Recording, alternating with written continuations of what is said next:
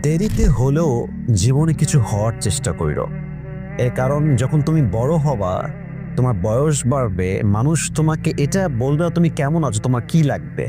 দিন শেষে মানুষ তোমাকে তোমার অবস্থান নিয়ে জিজ্ঞেস করবে তুমি কি করছো, কি চাকরি করছো, কি ব্যবসা করছো, তোমার অবস্থানটা আসলে, তোমার হাইসিয়তটা আসলে এখন কেমন।